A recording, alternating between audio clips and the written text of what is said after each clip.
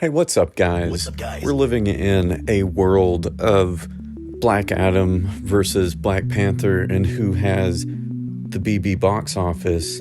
Coming in, we had Black Panther actually ruling it, and a lot of people saying it was more modern cinema and a more artistic approach, and I do think it is, but Black Adam's Giga Chadness does elevate it to a different level.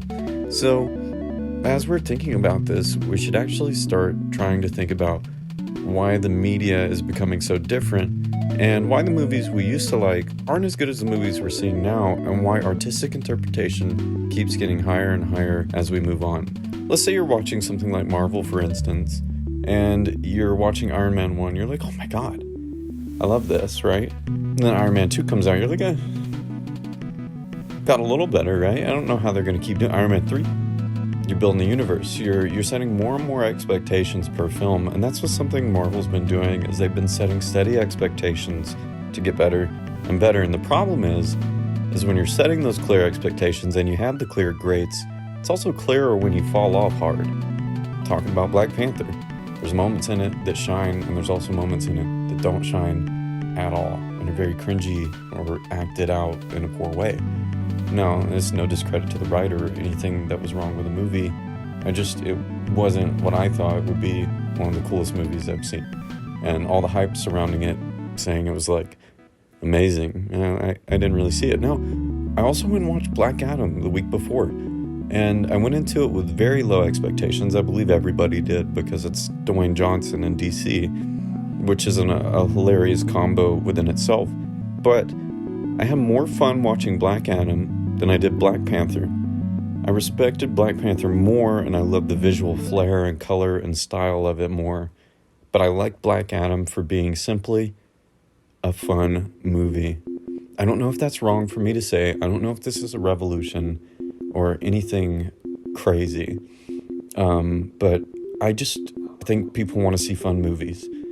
I think people just like fun movies. Black Adam, despite being review bombed, it did pull in, I think, over $900 million at the box office, which is crazy. It's almost $1 billion pulled in over 3 weeks. You used to not see movies do that, especially like DC movie. I mean, they used to do that, but like the Batman probably did that, but then, like Suicide Squad and stuff, we don't talk about those movies because no one wants to talk about those movies.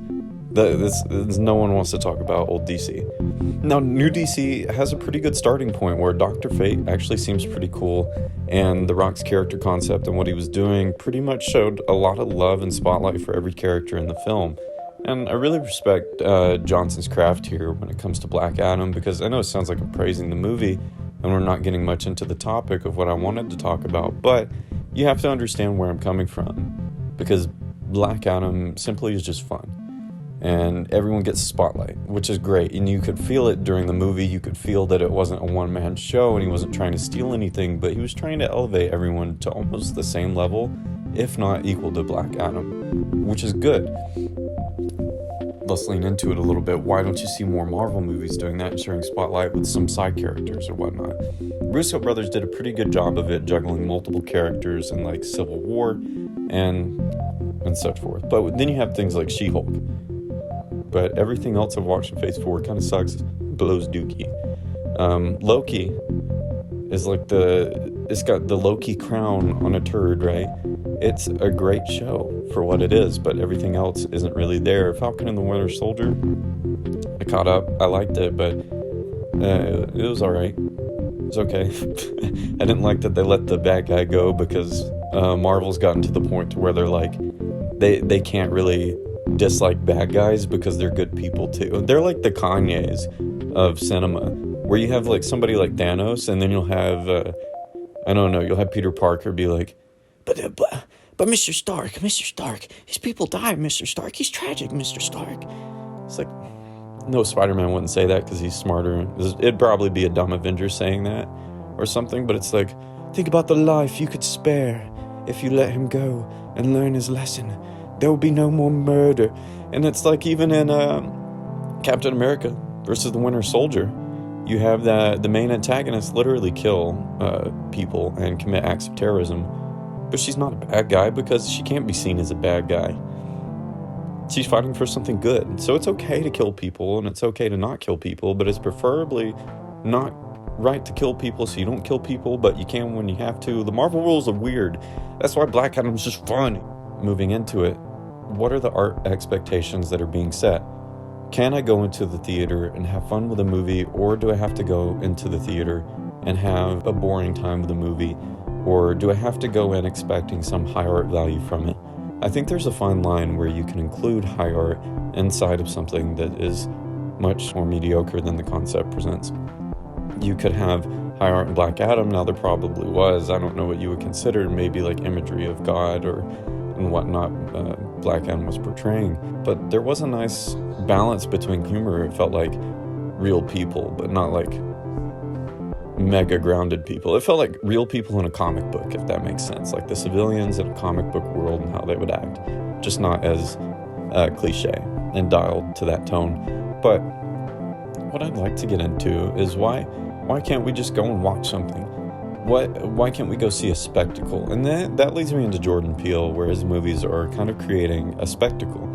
The Where You Have Nope is capturing a moment of glory for Hollywood or for the social eye, and trying to depict Hollywood as this consumer that will spit people up and throw them out. And I think he does have some nice text to the Marvel franchise within Nope, how the show horse, which is the prize horse, can't be looked in its eyes. It can't be directly looked at because it's a show horse. It's something that's performance only. And we often see that with some of the Marvel characters. They get branded under their hero name and they leave, and they're known as that. A lot of people don't know Chris Evans outside of Captain America, I bet, or Chris Hemsworth outside of Thor. It's kind of interesting, but there's a lot of good subtext that applies to Hollywood, but we're not getting into that. We're getting into high art and spectacle, and this is kind of like a ramble at this point, but it's more of like a constructive one, I feel like. Because a lot of things these days are just trying to be something that appeals to a monetary value. Many film studios, I guess these days, don't really try to make something of value without worrying about the value they get from it. And I think that's a good way to look at it. Because oftentimes they only make it for the value they're going to get out of it. Whereas certain movies that are, poured with love into and created from a special place. We could talk about the original trilogy of Star Wars and George Lucas. Homeboy made those movies. He got out there and did that because his idea was fun and he believed in it and he wanted to do it. And I believe there's something with that passion and that prowess that modern studios are trying to acquire, but they can't quite do it because they're not an entity like us, like people. They're corporate and they're trying to see business ideals and monetary values from everything, whereas people just want to see a dang movie, dude. Take me out to see Godzilla vs. Kong. I want to see monkey hitting a lizard. Bam, it's what I got. You know what I rated the movie? It was pretty good. I can't rate it poorly. Well, I mean, I could for its like sloppy or slow sequences in between the fights, but I'm there to see a monkey movie and a lizard movie. I get to see that. I'm happy. I can enjoy the fights and think it's cool. It creates a spectacle, and I can go, I like that. I enjoyed it. It gives me a good feeling. Now, it's a weird line, but if something gives you a good feeling, is it arguably better than something that's more artistic that gives you a worse feeling? So I'd say sometimes people just want to have fun, man. And I know this has kind of went on to a rant and a ramble of modern cinema and things, but it is what it is. And just remember, if you're going to watch something, set your expectations low so you can be blown out of the water, just like I did with Black Adam. So if you're here from the streams, or if you're here checking out the channel on the first time, I'd like to say thank you for stopping by. This is just a little ramble, little rant, little chat about little film boy things. I don't know what to call it. But anyways, as I always say, good night, good whatever to you. I'll catch you in the next one, or on the next stream if you want to stop by. It's LOQQN on stream on Twitch. I normally go live around 11 a.m. in the mornings. So if you semi-agree with me, come to the chat and tell me. If you disagree with me, come to the chat and argue with me. If you fully agree with me, come to the chat and suck. Yeah. So, anyways, much love.